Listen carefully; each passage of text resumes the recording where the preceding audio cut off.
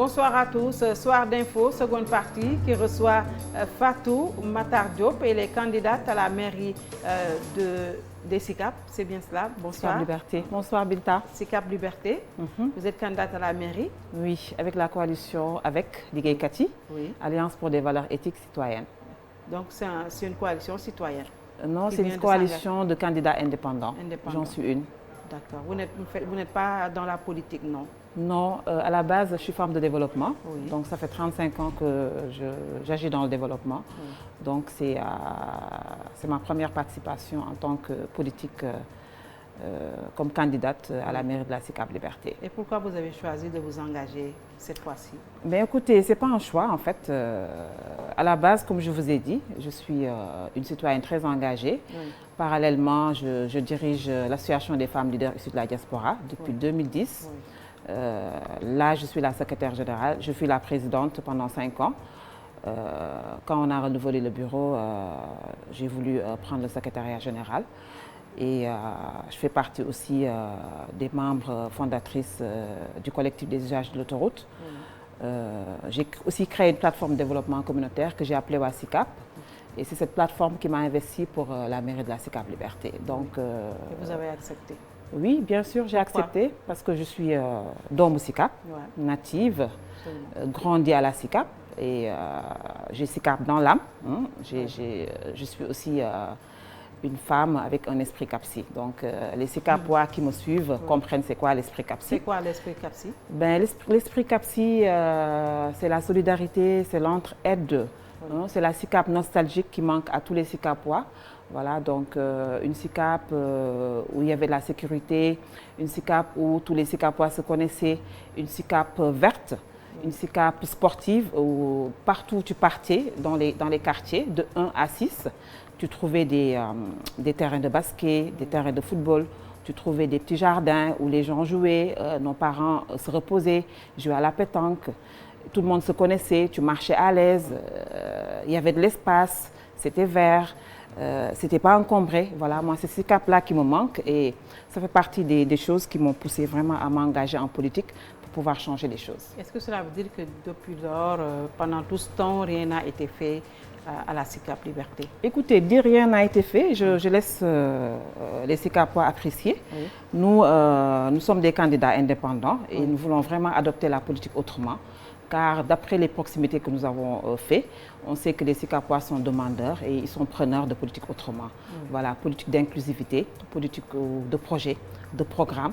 Et ensemble, essayer de développer de grands projets, vraiment, pour les SICAP.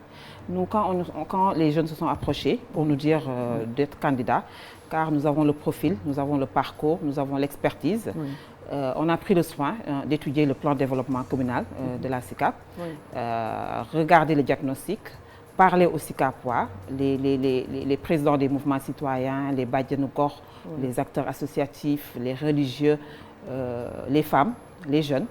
Et tous à l'unanimité, ils ont eu le même problème. Voilà, le problème c'est-à-dire revivre la SICAP dans le temps, vivre dans une SICAP de sécurité, vivre dans une SICAP verte, vivre vraiment dans une SICAP où les gens s'entraident, où il y a la solidarité.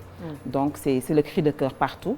Donc ils nous ont rejoints dans nos préoccupations et c'est ça qui nous a poussé vraiment à identifier 4 grands projets que nous voulons vraiment proposer aux SICAPois lorsque nous accédons à la mairie. Et quels sont ces 4 grands projets? Écoutez, comme tous les quartiers, hein, le chômage endémique se pose au niveau des SICAP. Il y a un chômage endémique des jeunes. Beaucoup de jeunes sont diplômés et sont sans emploi. Beaucoup de jeunes sont diplômés, ils ont du mal à accéder à ne serait-ce qu'un stage. Actuellement, nous avons beaucoup de projets qui interviennent, à savoir le BRT, pas mal de projets, les ponts, tout ça. Mais malheureusement, ils n'ont pas accès à une base de données qui leur permette d'avoir des profils de jeunes qui pourront accéder à avoir vraiment des métiers décents dans ces projets-là. Donc nous, on commence déjà par créer un centre de formation aux métiers, services et réinsertion. La SICAP est confrontée aussi à l'oisiveté, la promiscuité. Il y a beaucoup de jeunes qui traînent, qui ne travaillent pas, qui sont dans la drogue, qui sont vraiment dans la perdition. Donc on s'est dit, on va créer ce centre non seulement qui servira d'espace de dialogue et de partage, mais qui servira aussi d'incubateur pour ceux qui veulent faire vraiment de l'entrepreneuriat social, puissent avoir un espace où échanger, où on pourra les orienter. Des jeunes qui sont déjà formés. On va essayer de créer une base de données qui nous permettra vraiment d'identifier les jeunes qui sont dans la zone, les femmes qui sont dans la zone, et c'est quoi les projets. Et nous-mêmes, par ça, nous comptons créer aussi une banque communautaire qui permettra non seulement de financer des petits projets, mais vraiment en allant vers le macro. Commencer par le micro, en allant vers le macro, par le réseautage et le système Diapal Madiap. On a aussi pensé créer une mutuelle de santé, car beaucoup de Sikapois sont confrontés à des maladies. Les personnes âgées ont des problèmes de diabète, de tension. Les jeunes sont confrontés à des problèmes pulmonaires. Donc on s'est dit, il y a beaucoup de Sikapois nantis qui aident beaucoup dans le social, mais nous on compte vraiment l'organiser, créer une mutuelle de santé, identifier les familles vulnérables qui ont vraiment besoin de se soigner quand ils sont malades, d'acheter des médicaments, en commençant par les enrôler à la CMU, en pensant vraiment avoir une mutuelle, une grande mutuelle des SICAP. On a pensé aussi créer une unité de pavage mobile, car comme dans beaucoup de quartiers aussi, nous sommes confrontés à des problèmes de voirie urbaine, nous sommes confrontés à des problèmes d'assainissement. Et cette unité de pavage mobile permettra vraiment de faire des SICAP sans sable, comme on a connu SICAP à l'époque. Oui, tout ça nécessite bien entendu des moyens financiers. Où est-ce que vous allez trouver tout cet argent? Écoutez, je vous l'ai dit tout à fait tout au début de mes propos, comme quoi nous comptons beaucoup sur le réseautage. Il y a beaucoup de Sikapois de la diaspora qui accompagnent énormément les familles. Souvent, c'est de l'argent qu'on envoie et qui n'a aucun impact sur le plan économique au niveau des SICAP, aucun impact sur la population. Donc, quand on va créer cette banque-là, non seulement on aura la base de données pour identifier les micro-projets qui sont dans le quartier, et à travers le réseautage, on va essayer de financer ces petits projets-là, avec pas des taux avec des banques classiques, mais ça va être non seulement une banque où les Sikapois mettront leurs 100 francs, ceux qui auront leurs 500 mettront leurs 500, celui qui aura 1 million mettra 1 million. Et ça nous permettra non seulement... Est-ce que les Sikapois sont prêts à adhérer à ce type de projet? Écoutez, moi, je travaille beaucoup dans le social et souvent, quand j'ai des cas, c'est des Sikapois qui m'aident. Il y en a qui sortent de grosses sommes, il y en a qui sortent de petites sommes. Et souvent, ça sert à une personne. Donc, on s'est dit, si on organise la chose, ça peut être vraiment quelque chose de consistant qui pourra vraiment nous aider à vraiment financer des projets, accompagner les Sikapois pour qu'ils se soignent quand ils sont malades, enrôler les Sikapois vraiment à la CMU pour qu'ils puissent se soigner quand ils sont malades et acheter des médicaments au besoin. Alors, vous êtes dans le social, l'éducation, vous en avez parlé ou pas? L'éducation, vous avez un projet par rapport à l'éducation? Tout à fait. Étant fille d'enseignante, l'éducation sera une priorité. Et je suis aussi une maman. Donc, en tant que maman, on fera vraiment de la santé, l'éducation, le cadre de vie, nos priorités. En ce qui concerne l'éducation, vous le savez très bien, vous habitez Dieuppeul. Dieuppeul n'a pas de lycée. La SICAP n'a pas de lycée. Vous avez un collège. Moi, j'ai fait... vous avez un collège, tout à fait, mais vous n'avez pas de lycée. Non. Donc, après, c'est Blaise Diagne, c'est Kennedy, voilà, c'est Van Vollenhoven, actuel Lamine Gueye. Comme les SICAP aussi, on n'a pas de lycée. Donc, nous, on pense, on a de l'espace. Il y a un SEM, comme à Dieuppeul. Nous comptons vraiment créer un lycée au niveau des SICAP. Du point de vue de la santé, non seulement on va créer un lycée... Comment se portent les écoles déjà qui sont au niveau de votre commune? Écoutez, on a de très bonnes écoles qui font de très bons résultats, mais ça reste quand même médiocre.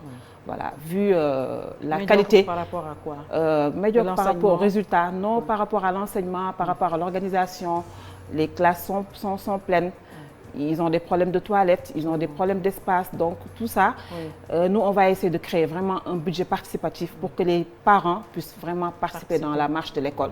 Non seulement encourager les enseignants à mieux outiller, on va essayer aussi d'instaurer le système de mentorat pour que les enseignants qui sont dans la zone, qui sont retraités, puissent vraiment apporter leur savoir-faire et leur expertise à l'enseignement actuel.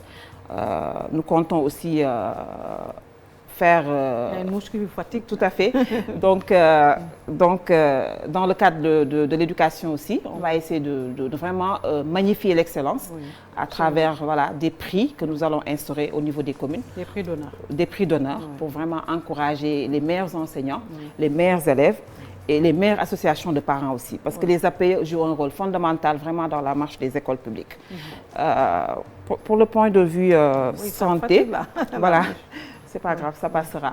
Donc pour la santé, nous avons au niveau des SICAP des postes de santé presque partout. On a un grand centre de santé, Mamadou Diop, qui est en train de faire un travail extraordinaire, mais malheureusement ils sont confrontés à des problèmes de moyens, à des problèmes de gestion, car avec l'acte 3 de la décentralisation, ce centre de santé a été affecté à la mairie avec une masse salariale vraiment énorme, qui n'est pas vraiment quelque chose qui a un apport qui n'est pas consistant. Voilà, qui n'est pas consistant. Donc ce qui fait qu'ils sont confrontés souvent à des problèmes de salaire et un problème de sureffectif. Donc nous, on va essayer de voir dans le cadre de la coopération décentralisée comment prendre ce centre de santé Mamadou Diop, transformer en hôpital de niveau 1, parce que nous avons actuellement tous les soins, tout ce qui est médecine générale se pratique dans ce centre de santé. Nous avons un ophtalmo, nous avons un gynéco, nous avons vraiment toute la médecine générale est représentée dans ce centre. Et ça marche très bien. Les SICAPois se sentent très bien dans leur centre de santé. Donc nous, quand on aura la mairie, on va essayer de transformer ce centre-là en hôpital de niveau 1 dans le cadre vraiment de la coopération décentralisée. Nous, on a fait la diaspora, on a pas mal aidé, on a pas mal appuyé, vraiment beaucoup de centres de santé, d'hôpital, même au niveau de l'intérieur du pays.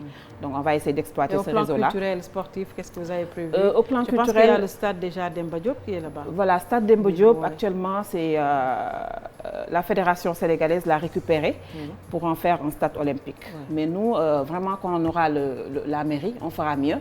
Parce que nous, Demba Diop a une histoire, et vu l'espace et le nom que Demba Diop a sur le plan international, nous vraiment, on compte en faire un Wembley. Carrément, un stade multisport, où vraiment il y aura sport-études. Les jeunes SICAPois pourront se faire former. Parce que maintenant, l'économie du sport est devenue vraiment quelque chose de fondamental aussi.